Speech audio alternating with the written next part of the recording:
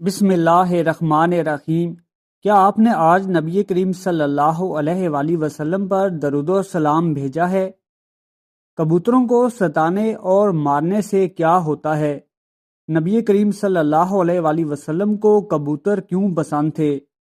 حرم شریف کے کبوتر کہاں سے آئے اور حرم شریف کے کبوتر اچانک مرنے کیوں لگے تھے؟ کبوتر کا گوشت کھانا جائز ہے یا نہیں؟ خواب میں کبوتر دیکھنے کی تعبیر کیا ہوگی؟ آج کی ہماری ویڈیو کا موضوع یہی ہوگا اور ہم کبوتر کے حوالے سے انتہائی دلچسپ معلومات آپ کے ساتھ شیئر کرنے جا رہے ہیں۔ محترم ناظرین، کبوتر ایک ایسا خوبصورت اور دلکش پرندہ ہے جو ہر کسی کے دل کو لبھاتا ہے۔ دیکھنے میں بہت معصوم نظر آتا ہے، اسی لیے یہ پرندہ گھروں میں پالا جاتا ہے۔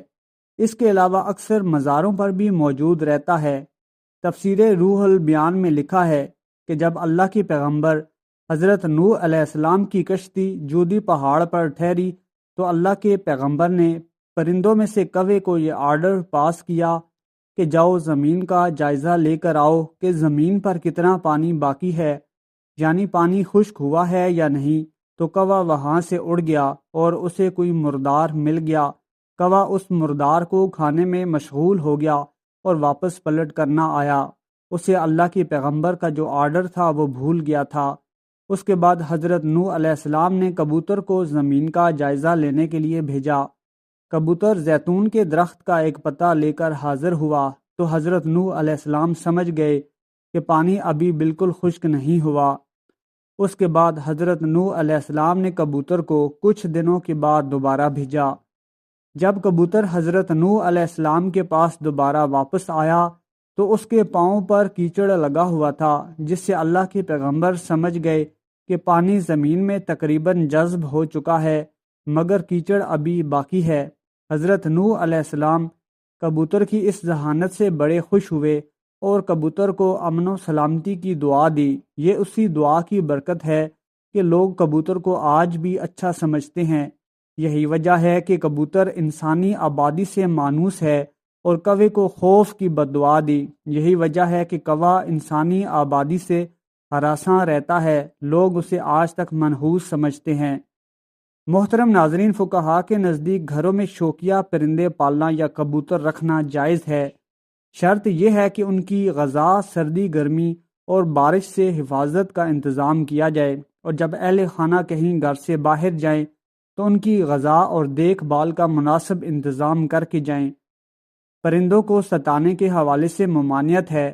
ابو داؤد میں حضرت عبداللہ ابن مسعود رضی اللہ تعالیٰ عنہ کی روایت نقل ہے، جس میں کبوتر کا ذکر موجود ہے کہ کبوتر اللہ کے پیغمبر امام الانبیاء جناب محمد مصطفیٰ صلی اللہ علیہ وآلہ وسلم کے سر انور پر منڈلا رہا تھا اور اپنی زبان میں ان سے شکایت کر رہا تھا کہ کسی نے اس کے گھونسلے میں سے انڈے چرا لیے ہیں۔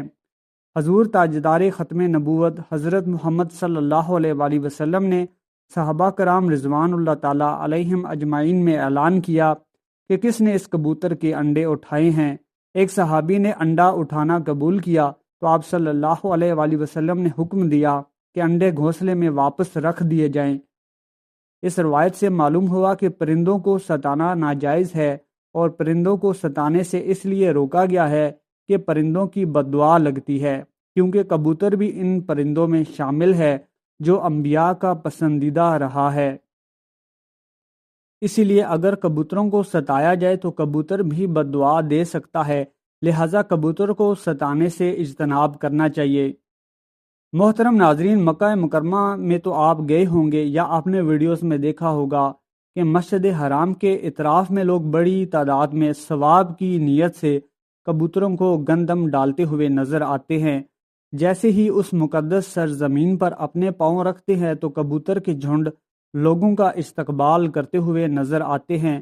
نیلے یا سبز مائل پروں والے یہ کبوتر خصوصی اہمیت کے حامل ہوتے ہیں، اسی لیے احرام کی حالت میں یا اس کے بغیر بھی کسی طور پر بھی ان کا شکار جائز نہیں ہے۔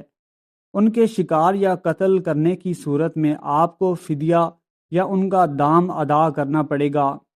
ایک روایت یہ ہے کہ یہ کبوتر ان کبوتروں کی نسل سے ہیں جنہوں نے رسول کائنات امام الانبیاء جناب رسول اللہ صلی اللہ علیہ وآلہ وسلم کے غار ثور میں قیام کے دوران غار کے دروازے پر گھونسلے بنا ڈالے تھے اور انڈے دے دیے تھے۔ اسی لیے رسول اللہ صلی اللہ علیہ وآلہ وسلم کو کبوتر بہت پسند تھے۔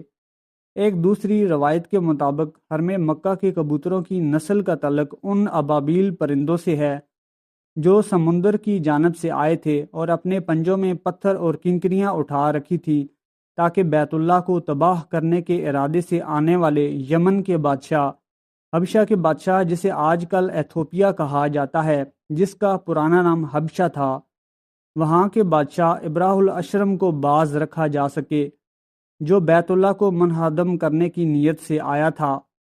محترم ناظرین، ایک دفعہ انتظامیہ نے مسجد نبوی صلی اللہ علیہ وآلہ وسلم کے حرم انور کو صاف ستھرا رکھنے کے لیے فیصلہ کیا کہ حرم شریف میں کبوتروں کو دانہ بالکل نہ ڈالا جائے، اس طرح کبوتر دانوں کی تلاش میں دوسری جگہ پر منتقل ہو جائیں گے۔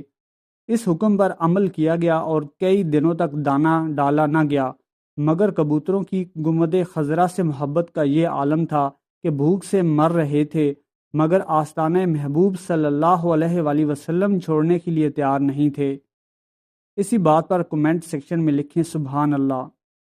اہل مدینہ نے اپنی آنکھوں سے عشق محبت بھرا منظر دیکھا، پھر دنیا میں یہ بات شہرت پکڑ گئی اور لوگوں نے حکومت سے اس کے بعد درخواست کی کہ کبوتروں کو دانہ ڈالنے کی اجازت دی جائے۔ پھر حکومت نے دوبارہ حسب سابق کبوتروں کو دانہ ڈالنا شروع کر دیا۔ آپ کو بتاتے چلیں کہ کبوتروں کی بیٹ پاک ہوتی ہے اور چادر کے جس حصے پر لگی ہو اسی حصے کو دھو لیں، باقی چادر دھونے کی ضرورت نہیں ہے۔ ان کا گوشت کھانا بھی جائز اور حلال ہے۔ خواب میں کبوتر دیکھ لیا تو اس کی تعبیر کیا ہے؟ اس کی تعبیر امین، صادق، سچے دوست اور با وفا محبوب سے دی جاتی ہے۔